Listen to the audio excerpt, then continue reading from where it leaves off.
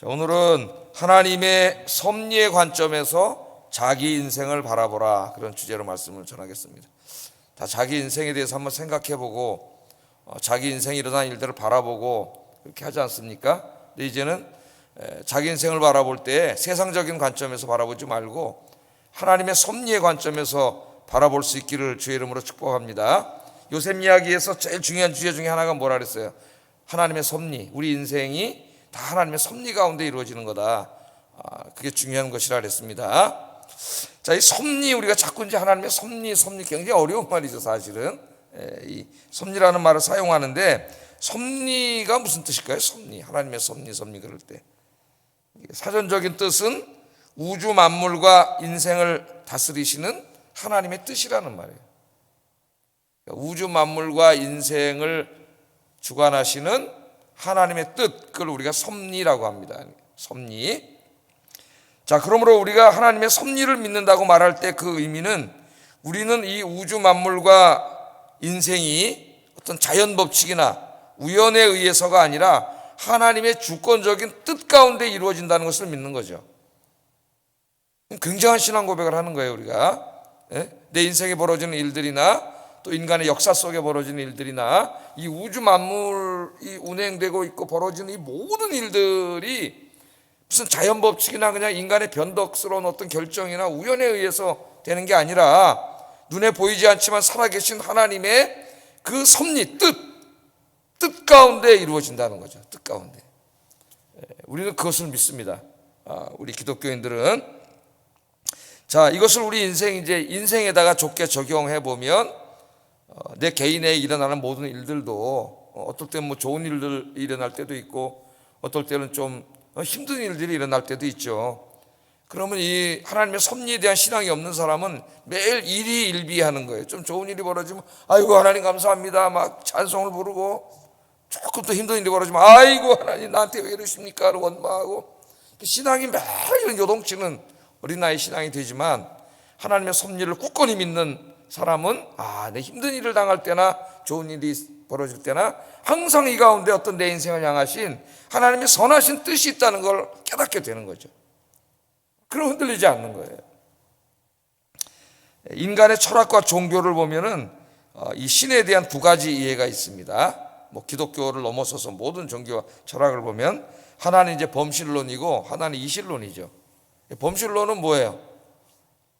어떤 이렇게 초월적인 우리 기독교나 기독교 하나님이나 이슬람교의 알라, 뭐 그들도 구약의 하나님 마찬가지지만은 그 알라와 같은 초월적인 신이 있다고 생각하지 않아요. 그러니까 모든 이 삼라만상이 불교 용어인데, 삼라만상은 이 우주 만물이라 그러죠, 우리가 보통 과학에서. 이 우주 만물에 있는 모든 것들이, 이렇게 식물이든 뭐 동물이든 모든 것들이 생명체 안에는 다 뭐가 있어요? 신이 임해 있다고 보는 거예요. 신이. 그래서 그 대표적인 종교가 뭐예요? 힌두교하고 불교잖아요, 그죠? 그러니까 이제 설생하면 안 된다 그랬잖아요. 거기 신이 있기 때문에. 그래서 불교의 구원가는, 힌두교나 불교의 구원가는 우리가 죽어가지고 윤회한다 그러잖아요. 윤회를 계속하다가 윤회의 사슬을 끊고 자연으로 돌아가는 겁니다. 그래서 자연의 일부가 되는 거예요. 그냥 자연의 신이 되는 거예요. 어떻게 보면 그게 뭐 우리를 구원할 신이 있지 않아요. 그냥 돌아가는 게 그게 구원이에요. 그렇게 된 사람들을 그들이 열반했다고 하죠. 열반. 뭐 훌륭한 스님이 돌아가시면 뭐 사리가 나왔다 그래서 열반했다 그러고 그렇게 합니다. 자, 우리 기독교하고는 이제 상관이 없는 거죠. 또 하나는 이제 서양에서 나온 이게 이실론이라 그랬어요. 이실론. 이 서양은 기독교 국가입니다. 기독교 국가. 지금 뭐 이제 교회가 다 많이 무너져 가고 있지만, 이미 무너졌지만, 그래 그들의 머릿속에 문화는 기독교 문화예요. 자, 근데 이실론은 뭐예요? 초월적인 하나님을 믿어요. 하나님이 초월해 계시고 그 하나님이 이 우주 만물과 인간을 창조하셨다는 걸 믿어요, 이 사람. 그거 대단한, 다 믿어요. 근데 뭘 안 믿느냐 하면은 하나님이 창조는 하셨지만 창조한 세상과 인간사에 대해서 절대로 관여하지 않는다는 거예요. 왜냐하면 다 하나님이 자연 법칙 이런 것들을 만들어 놓고 인간에게 이성을 줘가지고 그 스스로 자연 법칙에 의해서 다 이 세상은, 우주는 돌아가고 인간은 자기 이성에 의해서 다 판단하고 결정을 내리고 하나님은 절대 개입하지 않는다 그래요. 그게 이제 기독교에서 파생된 요상한 요상한 종교나 철학이라고 할 수가 있겠는데요. 사상이라고 할 수도 있고, 그게 이신론입니다. 이신론. 그 유럽의 지성인들의 상당수가 무신론자 말고는 이신론자들이 많아요. 자, 그 이신론은 굉장히 조심해야 될 이 기독교 이단입니다. 하나님이 존재하시고 창조하셨지만 전혀 관여하지 않는다. 이 세상 일에 대해서. 그러면 하나님 없는 거랑 마찬가지죠. 그렇잖아요. 우리가 아무 상관없는 하나님이잖아요. 우리 기독교는 뭘 믿어요? 우리가 기독교 뭘 믿는지 알아야지.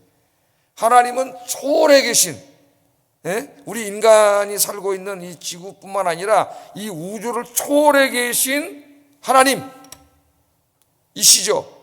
우주 안에 갇혀 있으면 하나님은 우주 안에 갇혀 있기 때문에 우주에서 일어난 일을 해결하실 수 없어요.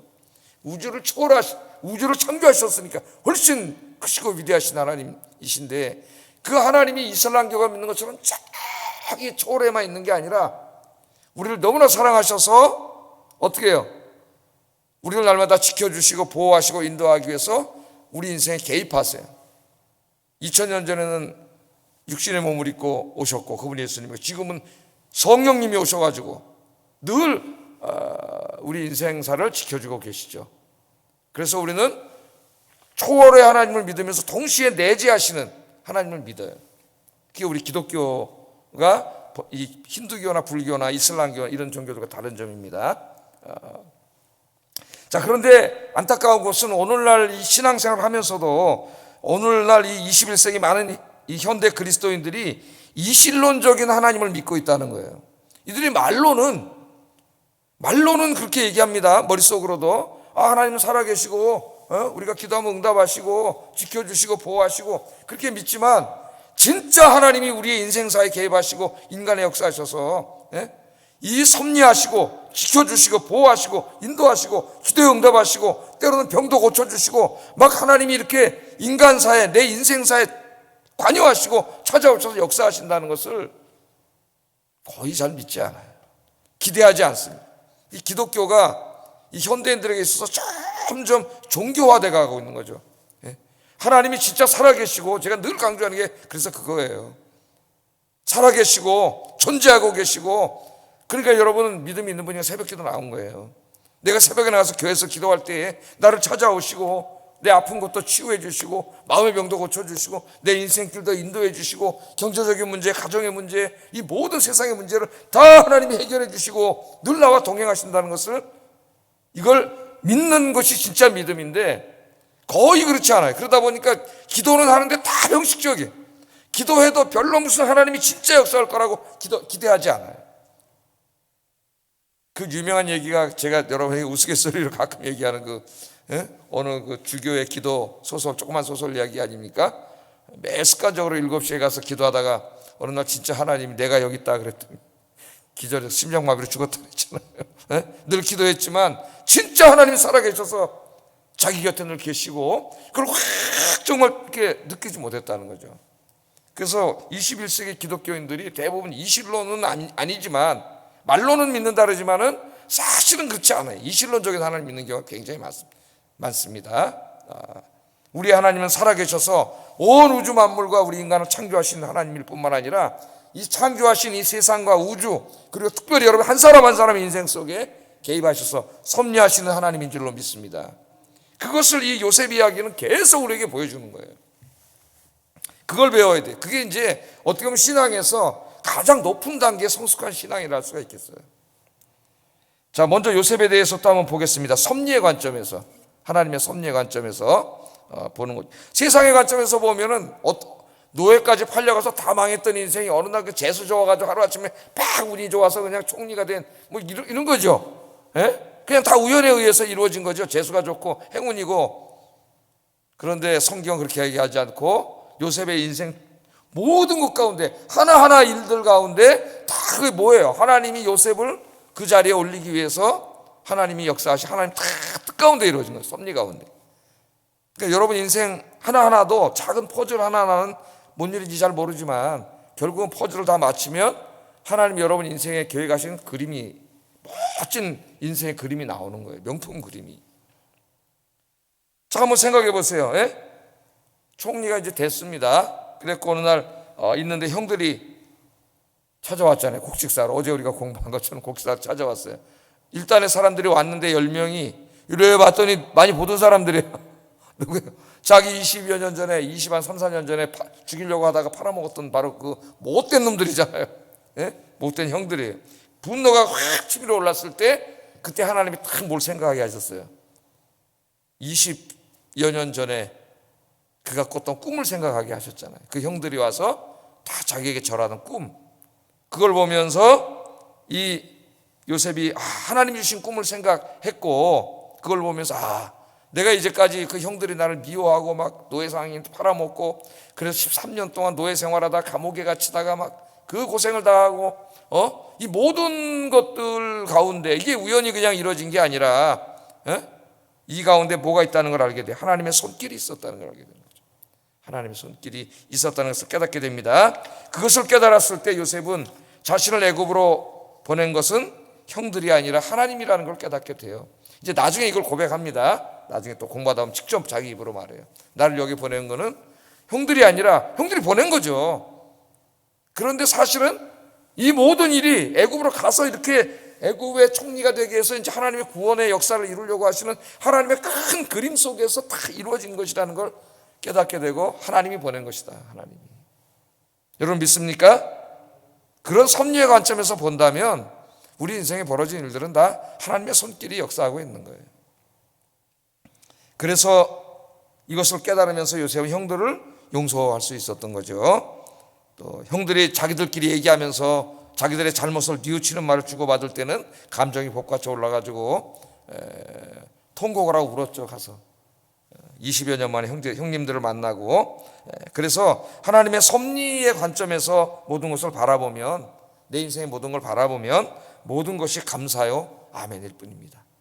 그래서 바울이 뭐라 그랬어요? 주님 안에서는 모든 것이 예스밖에 없다 그러잖아요. 노! 왜 이런 일이? 이런 게 아니라 다 하나님의 뜻 가운데 이루어지는 거기 때문에 주님 안에서는 모든 일이 예입니다. 믿습니까? 예스요, 감사예요. 내가 지금 여기까지 오는 동안 있었던 모든 일들 가운데는 다 여러분 인생에 하나님의 손길이 있었습니다. 그 과정에 있었던 모든 일 가운데 하나님의 섭리가 있었습니다.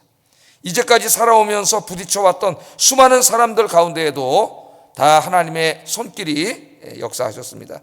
비록 그 사람 때문에 힘들기도 했고 그 일 때문에 고통스럽기도 했지만 하나님은 그 모든 것들을 통해서 나를 하나님께서 쓰시기에 더 합당한 사람으로, 인격자로 다듬어 주신 줄로 믿습니다. 다듬어 주신. 그러면 감사할 수 있고 용서할 수도 있고 다 할 수 있는 거예요. 자, 요셉이 하나님의 섭리의 관점에서 자기 인생을 바라봤을 때 여기 하나님의 손길이 있었고 나를 여기 보낸 거는 형들이 아니라 하나님이시구나. 이 일을 이루기 위해서 하나님이 보내셨구나. 이걸 깨달을 때 용서했을 뿐만 아니라 형들을 측은하게 여기고 사랑하게 되었습니다. 그래서 이제 곡식을 가지고 돌아갈 때에 사랑을 베풀죠. 25절 26절 한번 읽어보겠습니다. 시작. 명하여 곡물을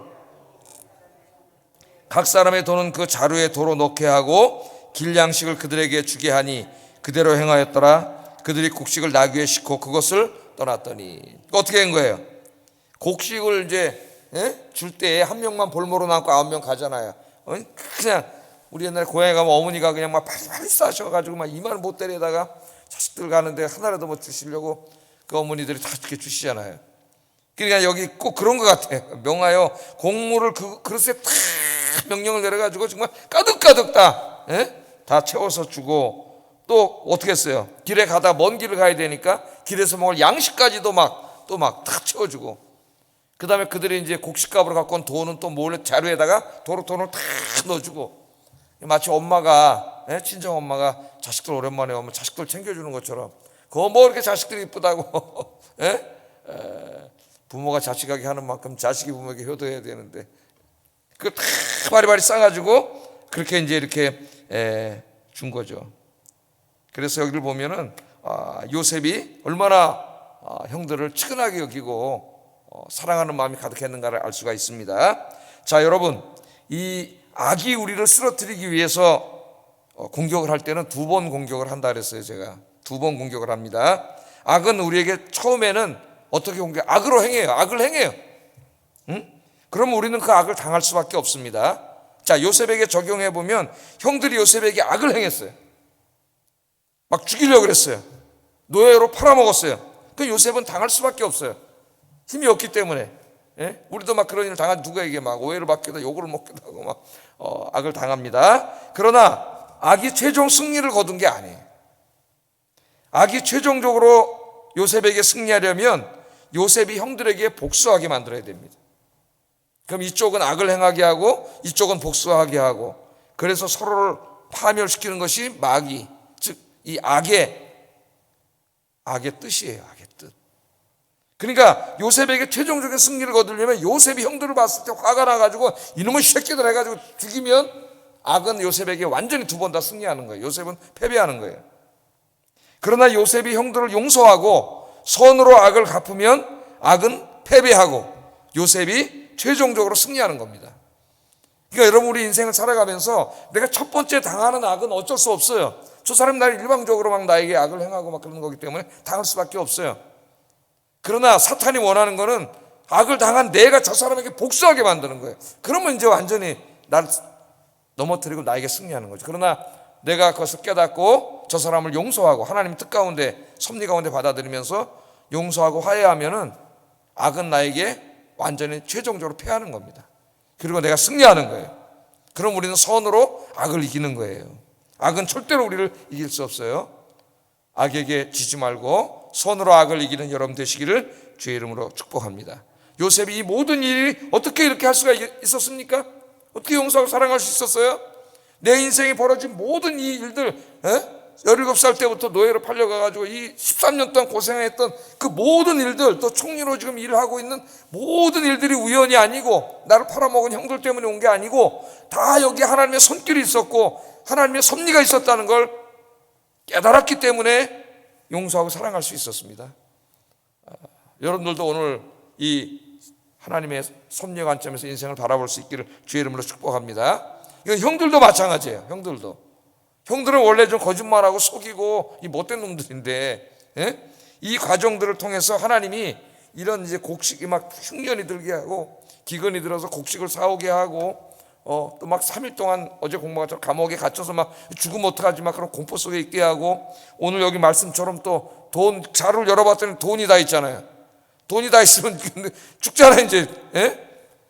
돈을 더 훔쳐온 꼴이 되니까 이런 모든 가운데 있게 하심으로 이게 다 우연히 일어난 게 아니라 하나님이 이 형들을 어떻게 하려고 깨닫게 해서 회개시켜가지고 새 사람 만들려고 하나님이 다 섭리하고 계신 것이죠. 형들의 인생에도. 한번 보세요. 이들이 입에서 고백을 합니다. 28절 한번 읽어보겠습니다. 28절 시작.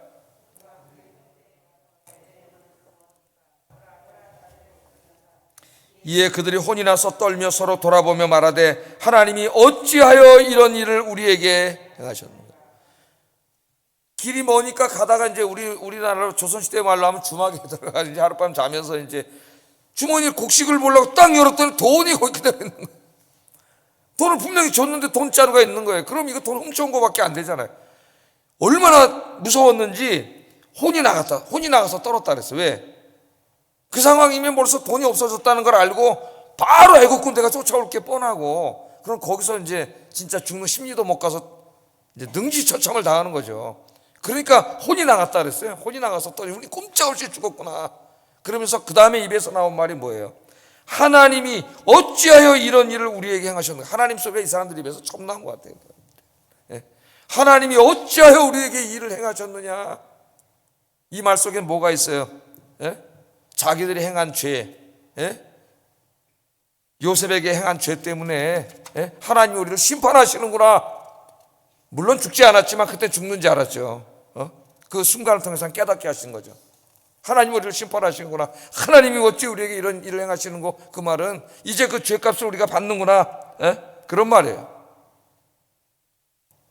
자, 요셉의 형들은 이 자루에 있는 돈을 보면서 20여 년 전에 자신들이 요셉을 팔아먹었을 때 돈이 생각났을 거예요. 20세기를 받아먹으려고 동생을 팔아먹었잖아요. 그런데 지금 바로 그렇게 지네들이 좋아해서 아버지 것도 핑탕치고 몰래 이거 거짓말 시키고 돈 빼돌리고, 예?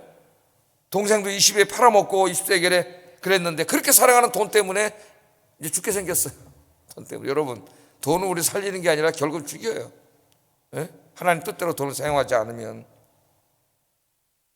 우리는 이 말씀을 통해서 요셉의 형들이 회개했다는 걸 알 수 있습니다. 하나님이 어찌하여 우리 이런 일을 행하시는가. 회개하지 않으면 그들은 쓰임받을 수가 없어요. 쓰임받을 수가 없어요. 하나님 깨끗한 사람, 정직한 사람을 쓰신다 그랬죠. 이들이 회개했다는 것은 29절 34절에 분명하게 들어갑니다. 이제 집으로 돌아와 가지고 아버지한테 보고를 할 때에 그 보고 내용이 29절부터 34절까지 있어요. 우리가 아까 다 읽어봤는데, 자, 이 보고 내용을 한번 여러분 읽어보시고 37절에 요셉을 팔아먹은 다음에 아버지한테 와서 보고했던 20 몇 년 전에 그 내용과 비교해 보세요. 37장 요셉 팔아먹고 와서는 그 보고가 전부 다 거짓말이죠. 지네들이 팔아먹고 와서 요셉 옷 뺏긴 거에다 염소 죽여가지고 피에다 묻혀가지고 동물에게 찢겨 죽은 것처럼 해서 아버지를 다 속여서 지금 20 몇 년 동안 아버지가 요셉이 이렇게 훌륭하게 살아있는데 죽었는지 알고 있잖아요. 20 몇 년 동안 아버지 마음이 어떻겠어요? 맨날 요셉이 눈에 선했겠죠. 그렇게 고통 속에 아버지를 20 몇 년 동안 살게 했지 않습니까? 이 사람들이 다 거짓말이에요. 그런데 오늘 이제 돌아와서는 시므온이 지금 볼모로 잡혀 있습니다. 거기에 아버지한테 보고하는데 이 보고를 읽어보면 단 한마디도 거짓말이 없어요. 다 사실이에요. 사실대로 다 보고를 해요. 이걸 뭘 우리에게 보여주냐면은 이들이 회개하고 변화되어 가고 있다는 거예요. 이게 변한다는 게 굉장히 중요한 겁니다. 사람이 진짜 변하지 않아요. 근데 이 변화된다고 하는 것, 변하려고 노력한다고 하는 것, 깨달으면서 시작되는데 이면 훌륭한 사람이에요. 자기를 성찰할 줄 알고 돌아볼 줄 아는 사람은. 그래서 이 회개가 무엇인가를 보여줍니다. 회개는 일단 깨달음이에요. 우리가 동생한테 잘못했구나. 그래서 우리가 이런 일을 당하는구나. 하나님 우리를 심판하시는구나. 깨달음이죠. 근데 회개는 깨달음에서 끝나면 안 되고 그 다음에 의지적인 결단이 있어야 됩니다. 결단. 그 결단이 나타난 게 뭐냐? 아버지한테 와서 거짓말하지 않는 거예요. 또 거짓말할 수도 있거든요. 예? 가다 시므온 어디 가서 어떻게 또 죽었고 이렇게 다 거짓말할 수 있어요. 거기다 혼자만 볼모로 잡혀놓고 왔다면 혼날 수도 있잖아요. 너희들만 살려고 왔냐? 그러고. 예? 근데 오늘 보면은 다 정직하게 이렇게 이야기를 하고 있습니다. 이들이 변했다는 걸 우리에게 보여주고 있는 거예요. 여러분, 거미줄을 없애려면은 거미를 청소만 해서는 안 됩니다. 우리 이제 교회 밑에 이렇게 좀 음습하게 좀 지하잖아요. 1, 2층이 지하. 이쪽으로 오면 이제 1, 2층이지만 이쪽 위에서 보면은 지하 개념이 있어서 저 안쪽으로 들어가면은 저 습기가 많아요. 그러다 보니까 거미줄이 많습니다. 거미줄 수시로 이제 나도 발로도 이렇게 하고 막 거미하는데, 거미줄을 없애려면 거미줄 청소만 하면 안 되는 거죠. 그럼 또 생겨요. 거미가 또 쳐. 거미줄 청소하려면 어떻게 해야 돼요? 거미를 잡아야 돼요. 거미를 잡아서 거미를 없애버리지 않는 한은 아무리 청소해도 소용이 없습니다. 그 다음날 가면 또 쳐놔요. 거미가. 우리 죄악도 마찬가지예요. 내가 마음으로 깨닫는 걸로 시작하지만 거기서 맨날 끝나면 또 거미줄이 쳐져요. 완전히 뿌리를 뽑아버려야 돼요. 의지적으로. 죄악의 뿌리를 완전히 뿌리 뽑아야 됩니다. 오늘 형들이 아직 완전히 변화되지는 않았지만은 그 시작이 이루어지고 있는 것이 보여진다는 거예요. 자, 요셉의 형들도 마찬가지예요. 어떻게 이 사람들이 이렇게 변할 수 있었어요? 자기에게 벌어지는 좋지 않은 일들을 다 지금 하나님의 관점에서 보고 있잖아요. 섭리의 관점에서. 그러다 보니까 자기들이 잘못한 게 다 보이는 거예요. 죄진 게 보이고. 그래서 회개하고 새 사람으로 변화되어 가는 겁니다. 그래서 오늘 중요한 주제는 뭐냐면은 우리 인생에 어떤 일이 벌어지든 이걸 다 하나님의 관점에서 우리 인생을 바라보는 신앙이 굉장히 중요하다는 겁니다. 우연이 아니고 그게 즐거운 일이든 슬픈 일이든 좋은 일이든 힘든 일이든 내 인생에 벌어지는 모든 일 가운데는 하나님의 선하신 뜻, 그게 뭐라고요? 섭리하심이 있다는 것을 알고 항상 아멘으로 감사함으로 받기를 주의 이름으로 축복합니다. 기도하겠습니다. 자, 두 가지를 이 아침에 기도하겠습니다. 말씀을 들은 다음에는 그 말씀을 제가 요약하면서 기도 제목을 하잖아요. 이걸 딱 가슴에 새기고 이렇게 살기 위해서 기도하는 게 굉장히 중요합니다. 내 인생에 일어나는 모든 일들이 나를 향하신 하나님의 섭리 가운데 일어나는 것임을 깨닫는 믿음과 지혜를 주소서. 이걸 기도하셔야 잊으시면 안 됩니다. 오늘부터는 내 인생에 벌어지는 모든 일들은 하나님의 섭리 가운데 일어나는 것임을 우리가 깨닫는 믿음과 지혜가 필요하다. 기도하시고, 두 번째, 하나님의 섭리 가운데 일어나는 모든 일들을 통하여 나 자신을 돌아보게 하시고 때로는 용서하고 때로는 회개하는 삶을 살게 하소서. 기도하겠습니다.